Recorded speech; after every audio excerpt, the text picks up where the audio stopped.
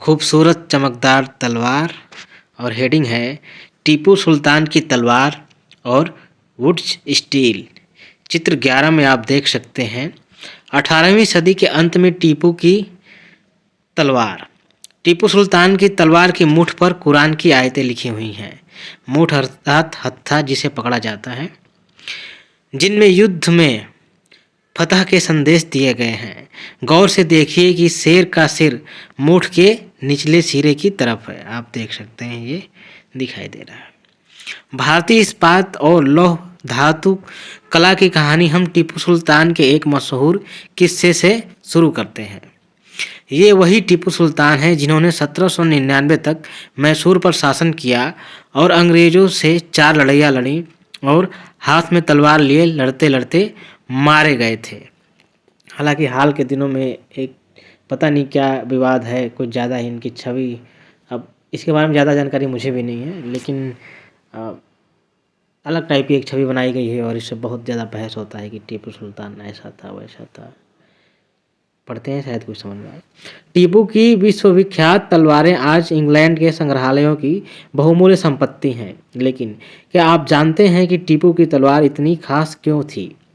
दरअसल इस तलवार की धार इतनी सख्त और पैनी थी कि वह दुश्मन के लौह कवच को भी आसानी से चीर सकती थी। सोचिए कि जो कवच पहना हुआ आदमी होगा, लोहे का कवच, उसे भी छेद के अंदर चली जाती। इस तलवार में यह गुण कार्बन की अधिक मात्रा वाली वुड्स नामक स्टील से पैदा हुआ था, जो पूरे दक्षिण भारत में बनाया जाता था। इस वुड्स स्टील की तलवारें बहुत पैनी और लहरदार होती थीं। इनकी यह बनावट लोहे में गड़े कार्बन के बेहद सूक्ष्म कणों से पैदा होती थी। टीपू सुल्तान की मृत्यु के 1 साल बाद 1800 में मैसूर की यात्रा करने वाले फ्रांसिस बुकानन ने इस बात का ब्यौरा दिया है कि मैसूर की सैकड़ों प्रगलन भट्टियों में वुड्स स्टील किस तरह बनाया जाता था। इन भट्टियों में लोहे को काठ कोयले के साथ मिलाकर मिट्टी की छोटी छोटी हांडियों में रख दिया जाता था। काठ कोयला मतलब लकड़ी का कोयला। तापमान के जटिल उतार चढ़ाव को नियंत्रण करते हुए प्रगालक इस्पात की सिल्लियाँ तैयार कर लेते थे, जिनका न केवल भारत बल्कि पश्चिमी और मध्य एशिया में भी तलवार बनाने के लिए इस्तेमाल किया जाता था।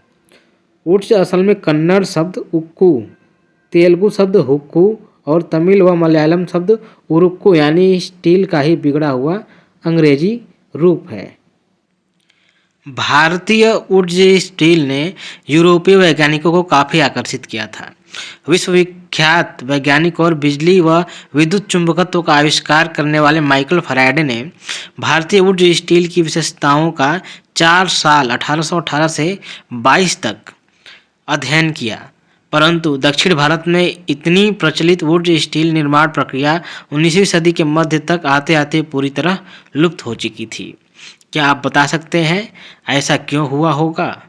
भारत पर अंग्रेजों की जीत के साथ ही यहाँ का तलवार और हथियार उद्योग समाप्त हो गया और भारतीय कारीगरों का द्वारा बनाए गए लोहे और इस्पात का स्थान इंग्लैंड से आए लोहे और इस्पात ने ले लिया। इसी लाइन से आप समझ सकते हैं इसका उत्तर। जब राजा ही बदल गया है, वहाँ पे डिमांड करने वाला, क्योंकि राजा बनवा रहा होगा, राजा को आवश्यकता होगी, पूरी सैनिकों को दी जाती होगी। अब दूसरी राजशाही मतलब दूसरा कोई कंट्रोल करने वाला आ गया, जिसका अपना केंद्र बाहर कहीं दूसरा देश है, तो वहाँ से अपना मंगा के वो लोग यूज कर रहे थे। तो आखिर में क्या होगा, जब डिमांड नहीं है तो सप्लाई नहीं, तो मतलब मार्केट खराब हो गया। गतिविधि। नवाबों और राजाओं की हार से लौह एवं इस्पात उद्योग कैसे प्रभावित होता था? गाँव की उजड़ी भट्टियाँ, उजड़ी मतलब छूट गया है, जो बेहद ख़राब कंडीशन में है, जिसे यूज करने वाले थे छोड़ के उसी कंडीशन में चले गए। वुड्स स्टील उत्पादन के लिए लोहे के परिशोधन की बेहद परिष्कृत तकनीक जरूरी थी, परंतु भारत में 19वीं सदी के अंत तक लोहे का प्रगलन एक सामान्य गतिविधि थी। खास तौर से बिहार और मध्य भारत के हर एक जिले में ऐसे प्रगालक कारगर थे जो लोहा बनाने के लिए लौह अयस्क के स्थानीय भंडारों का इस्तेमाल करते थे। इसी लोहे से कारखानों में दैनिक इस्तेमाल के औजार और साधन बनाए जाते थे। ज़्यादातर भट्टियाँ मिट्टी और धूप में सुखाई गई ईंटों से बनी होती थीं। प्रगलन का काम पुरुष करते थे जबकि महिलाएं धौकनी चलाती थी। इस धौकनी का मतलब होता है हवा फेंकने का यंत्र। यदि आप किसी लोहार के पास जाएंगे तो लोहार जो होता है उसके पास एक धौकनी होती है जो बनाई गई होती है चमड़े का। उसको ऊपर नीचे करने से हवा निकलता है और जहाँ पे कोयला रखा रहता है जो धौकनी का मुंह होता है कोयले के ऊपर खुलता है, तो उसी से कोयले में आग की मात्रा बढ़ती है। जब भी कोयला बुझने लगता है तो उसे धौकनी चला दी जाती है। वे कोयलों को लगातार दहकाने के लिए हवा फेंकती रहती थी, जैसा कि मैं अभी बता रहा था कि हवा फेंकती है। ये देखिए चित्र नंबर 12, पाला माऊ बिहार के लोहा कारीगर कार्य करते हुए। और इसके नीचे एक और चित्र है, चित्र नंबर 13, मध्य भारत का एक गांव जहां लौह प्रगालकों का अगरिया समुदाय रहता था। अगरिया जैसे कई समुदाय लोहा बनाने में माहिर थे। 19वीं सदी के आखिर में बार बार पड़े अकाल की वजह से भारत के सूखे इलाके पूरी तरह तबाह हो चुके थे। मध्य भारत में बहुत सारे अगरिया कारीगरों ने काम बंद कर दिया, गांव छोड़ दिया और रोजी रोटी की तलाश में दूसरे इलाकों में चले गए। उनमें से बहुत सारे लोगों ने दोबारा कभी भट्टियां नहीं चलाई। 19वीं सदी के अंत तक आते आते लोहे के प्रगलन का हुनर खत्म होने लगा था। ज़्यादातर गांवों में भट्टियां ठंडी पड़ चुकी थीं और लोहे का उत्पादन गिरता जा रहा था। ऐसा क्यों हुआ? इसकी एक वजह तो नए वन कानून ही थे, जिनके बारे में आप अध्याय 4 में पढ़ चुके हैं। जब औपनिवेशिक सरकार ने आरक्षित वनों में लोगों के प्रवेश पर पाबंदी लगा दी तो लोहा बनाने वालों को कोयलों के लिए भला लकड़ी कहाँ से मिलती? अच्छा, काष्ठ का कोयला बनाते थे, ऊपर लिखा हुआ था काठ कोयला, ये लकड़ी से बनाते थे, तो वो प्राप्त कहाँ से होता है? और लौह अयस्क भी वे कहाँ से ला सकते थे? शायद जंगलों से ही निकलता होगा, उस समय उन्हें वही पता होगा शायद। वन कानूनों को नज़रअंदाज करते हुए वे अक्सर चोरी छिपे जंगलों में जाकर लकड़ी इकट्ठा कर लाते थे, परंतु लंबे समय तक केवल इसी तरह अपना कारोबार जारी नहीं रख सकते थे। लिहाजा बहुत सारे कारीगरों ने यह पेशा छोड़ दिया और वे आजीविका के दूसरे साधन ढूंढने लगे। कुछ क्षेत्रों में सरकार ने जंगलों में आवाजाही की अनुमति दे दी थी, लेकिन प्रगालकों को अपनी प्रत्येक भट्टी के लिए वन विभाग को बहुत भारी कर चुकाने पड़ते थे, जिससे उनकी आय गिर जाती थी। 19वीं सदी के आखिर तक ब्रिटेन से लोहे और इस्पात का आयात भी होने लगा था। भारतीय लुहार भी घरेलू बर्तन व औजार आदि बनाने के लिए आयातित लोहे का इस्तेमाल करने लगे थे। इसकी वजह से स्थानीय प्रगालकों द्वारा बनाए जा रहे लोहे की मांग कम होने लगी। 20वीं सदी की शुरुआत तक लोहा और इस्पात बनाने वाले कारीगरों के सामने एक नई चुनौती आ खड़ी हुई। स्रोत दिया हुआ है, स्रोत नंबर 3, एक व्यापक उद्योग। प्राणी विज्ञान सर्वेक्षण विभाग की एक रिपोर्ट के अनुसार एक जमाने में लोहा प्रगलन भारत का बहुत व्यापक उद्योग था और सिंधु, गंगा व ब्रह्मपुत्र के विशाल बलुआ मैदानों के अलावा शायद ही कोई ऐसा जिला था जहां धातुमल न दिखाई देता हो। यहाँ के आदिम लौह प्रगालकों को ऐसे भंडारों से अयस्क हासिल करने में कोई परेशानी नहीं होती जिन पर कोई यूरोपीय लौह विशेषज्ञ एक पल के लिए विचार करना भी उचित नहीं समझेगा। धातुमल अर्थात धातु को गलाने से पैदा होने वाला कचरा। अच्छा, मल तो एक स्वाभाविक क्रिया है। आप कोई भी चीज़ बना रहे हैं, करते हैं, तो एक आखिर का जो प्रोडक्ट तैयार होता है अब कचरा कहा जाता है, मल कहा जाता है, कबाड़ कहा जाता है, इसी टाइप के शब्द आते हैं। भारत में लोहा व इस्पात कारखानों का उदय साल 1904 की बात है। अप्रैल के महीने में अमेरिकी भूवैज्ञानिक चार्ल्स वेल्ड और जमशेदजी टाटा के सबसे बड़े बेटे दोराबजी टाटा छत्तीसगढ़ में लौह अयस्क भंडारों की खोजबीन करते हुए घूम रहे थे। वे भारत में एक आधुनिक लौह एवं इस्पात संयंत्र लगाने के लिए अच्छे लौह अयस्क भंडारों की तलाश में कई महीने और काफ़ी सारा पैसा खर्च कर चुके थे। जमशेदजी टाटा भारत में बड़ा लौह एवं इस्पात कारखाना लगाने के लिए अपनी संपत्ति का बड़ा भाग खर्च करने को तैयार थे, लेकिन इसके लिए पहली शर्त यह थी कि उम्दा लौह अयस्क भंडारों का पता लगा लिया जाए। अच्छा, इसी के नाम से एक नगर है बिहार में, यदि आपको पता होगा तो अवश्य लिखिएगा। एक दिन कई घंटे तक जंगल की खाक छानने के बाद वेल्ड और दोराबजी एक छोटे से गांव में जा पहुंचे। वहां उन्होंने देखा कि कुछ स्त्री पुरुष टोकरियों में भरकर लौह अयस्क ले जा रहे हैं। वे अगरिया समुदाय के लोग थे। जब उनसे पूछा गया कि वे अयस्क कहाँ से लाए हैं तो उन्होंने दूर स्थित एक पहाड़ी की तरफ उंगली उठा दी। वेल्ड और दोराबजी घने जंगलों से होते हुए काफ़ी देर बाद थककर उस पहाड़ी पर जा पहुंचे। पहाड़ी का अध्ययन करने के बाद वेल्ड ने बताया कि उन्हें जिस चीज़ की तलाश थी वह मिल चुकी है। रजहारा पहाड़ियाँ दुनिया के सबसे बेहतरीन लौह अयस्क भंडारों में से एक थी, लेकिन यहाँ एक परेशानी थी। यह सूखा इलाका था और कारखाना चलाने के लिए आसपास कहीं पानी नहीं था। लिहाजा कारखाना लगाने के लिए सही जगह के बारे में टाटा की तलाश जारी रही। अगरिया समुदाय के लोगों ने ही लौह अयस्क का एक और स्रोत ढूंढने में मदद की, जहां से बाद में भिलाई स्टील संयंत्र को अयस्क की आपूर्ति की गई। कुछ साल बाद सुवर्ण रेखा नदी के तट पर बहुत सारा जंगल साफ करके फैक्ट्री और एक औद्योगिक शहर बसाने के लिए जगह बनाई गई। इस शहर को जमशेदपुर का नाम दिया गया। इस स्थान पर लौह अयस्क भंडारों के निकट ही पानी भी उपलब्ध था। यहाँ Tata iron and steel company TISCO की स्थापना हुई, जिसमें 1912 से स्टील का उत्पादन होने लगा। टाटा टिस्कन करके शायद कोई प्रोडक्ट आता है, हमको लग रहा है इसी का बना हुआ होता है, मतलब इसी का एक सब ब्रांड हो सकता है। टिस्को की स्थापना बहुत सही समय पर हुई थी। 19वीं सदी में भारत आमतौर पर ब्रिटेन से बने स्टील का आयात कर रहा था। भारत में रेलवे के विस्तार की वजह से ब्रिटेन में बनी पटरियों की यहाँ भारी मांग थी। काफ़ी समय तक भारतीय रेलवे से जुड़े अंग्रेज विशेषज्ञ यह मानने को तैयार ही नहीं थे कि भारत में भी श्रेष्ठ इस्पात का निर्माण संभव है।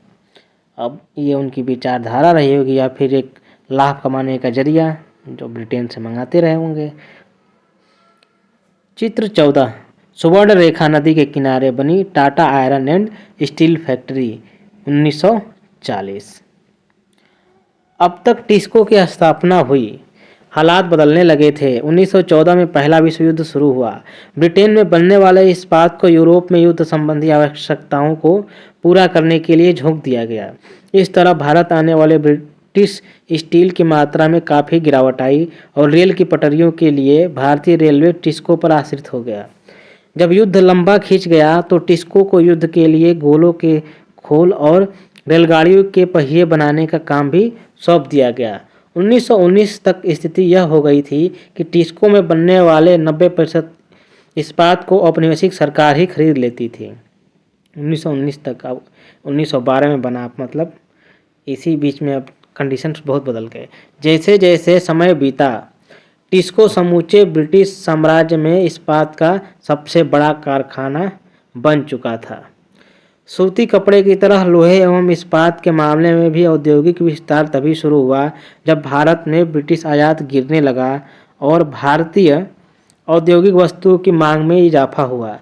ये बदलाव पहले विश्व युद्ध के दौरान और उसके बाद सामने आए।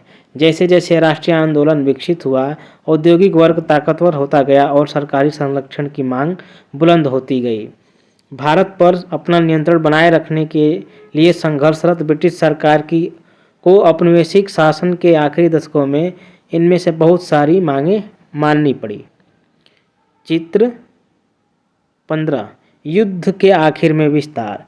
युद्ध की ज़रूरतों को पूरा करने के लिए टिस्को को अपनी क्षमता और फैक्ट्री का आकार बढ़ाना पड़ा। विस्तार का यह काम युद्ध के बाद भी चलता रहा। इस चित्र में नए विद्युत संयंत्र और बॉयलर संयंत्र बनाए जा रहे हैं। जमशेदपुर 1919। आप समझ सकते हैं कि ये 1919 की स्थिति, जब युद्ध के लिए मान लीजिए जो भी बन रहा होगा, तलवारें बन रहा, हथियार बन रहा होगा, जो भी बन रहा होगा, उसके लिए डिमांड बढ़ गई। अमेरिका, यदि आप जानते होंगे तो अमेरिका की अर्थव्यवस्था का एक बहुत बड़ा भाग हथियार, गोला बारूद, यही सब बेच के कमाई होती है। जहाँ भी युद्ध की स्थितियाँ होती हैं, कई बार आप देखेंगे कि दोनों देश जो लड़ रहे हैं, दोनों देशों को हथियार बेचता है ये देश। अन्यत्र जापान में औद्योगिकीकरण के शुरुआती साल 19वीं सदी के आखिर में जापान के औद्योगिकीकरण का इतिहास भारत के औद्योगिकीकरण से बिल्कुल उल्टा दिखाई देता है। भारत में औपनिवेशिक सरकार ब्रिटिश वस्तुओं का बाजार बढ़ाना चाहती थी, इसलिए उसने भारतीय उद्योगपतियों को किसी तरह की सहायता नहीं दी। दूसरी तरफ जापान की सरकार ने अपने देशी उद्योगों को खुलकर बढ़ावा दिया। 1868 में जापान की सत्ता संभालने वाले मेजी राजवंश का मानना था कि जापान को पश्चिमी प्रभुत्व का सामना करने के लिए औद्योगिकीकरण के रास्ते पर चलना चाहिए। इसलिए उसने औद्योगिकीकरण को आगे बढ़ाने के लिए कई महत्वपूर्ण कदम उठाए। इसी क्रम में डाक सेवाओं, टेलीग्राफ, रेलवे और वाष्प चालित जलपोतों का विकास किया गया। पश्चिम से नवीनतम तकनीकी का आयात किया गया और उसे जापान की ज़रूरतों के हिसाब से ढाला गया। जापानी पेशेवरों को प्रशिक्षित करने के लिए विदेशी विशेषज्ञों को बुलाया गया। निवेश के लिए सरकारी बैंकों से उद्योगपतियों को उदार शर्तों पर कर्जे दिए गए। सरकार ने पहले विशाल उद्योग शुरू किए और बाद में उन्हें सस्ती कीमत पर व्यावसायिक घरानों को बेच दिया। भारत में औपनिवेशिक प्रभुत्व ने औद्योगिकीकरण के रास्ते में बाधाएं पैदा कर दी थीं, जबकि जापान में विदेशी कब्जे के भय की वजह से ही औद्योगिकीकरण को बढ़ावा मिला था। लेकिन इसका एक अर्थ यह भी था कि जापान का औद्योगिक विकास शुरू से ही उसकी सैनिक ज़रूरतों से जुड़ा हुआ था।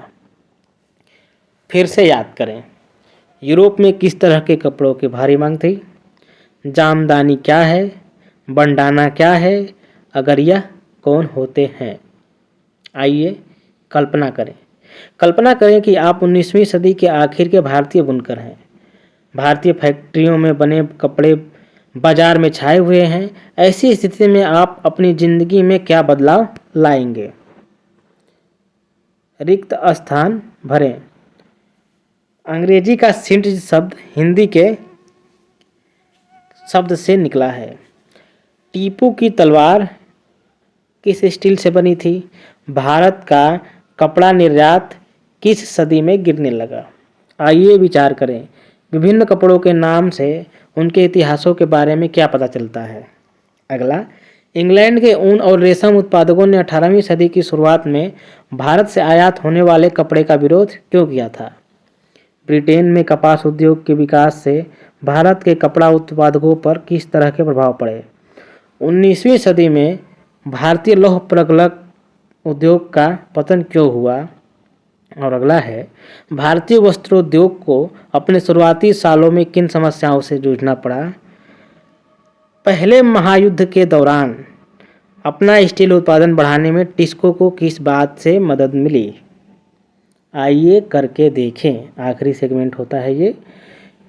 जहां आप रहते हैं उसके आसपास प्रचलित किसी हस्तकला का इतिहास पता लगाएं। इसके लिए आप दस्तकारों के समुदाय, उनकी तकनीक में आए बदलावों और उनके बाज़ारों के बारे में जानकारियां इकट्ठा कर सकते हैं। देखेंगे कि पिछली 50 साल के दौरान इन चीज़ों में किस तरह बदलाव आए हैं। और आखिरी सवाल है, भारत के नक्शे पर विभिन्न हस्तकलाओं के अलग अलग केंद्रों को चिन्हित करें। पता लगाएं कि ये केंद्र कब पैदा हुए। इसके साथ ही अध्याय समाप्त होता है। और आपसे एक रिक्वेस्ट है कि बीच बीच में जो मैं चीज़ें एक्सप्लेन करता हूँ, थोड़ा बयान चला जाता हूँ, कोई कहानी सुना देता हूँ, क्या आपके लिए ये सही लगता है या फिर टाइम टेकिंग होता है, आप स्किप करना पसंद करते हैं या इससे बोर हो जाते हैं, तो हमें अवश्य बताएं। इसे हम बदलाव कर देंगे, इसे कम करने की कोशिश कर देंगे या फिर ख़त्म कर देंगे। सिर्फ बुक ही पढ़ा जाएगा। जैसा भी होगा आप अपना राय अवश्य दें। धन्यवाद।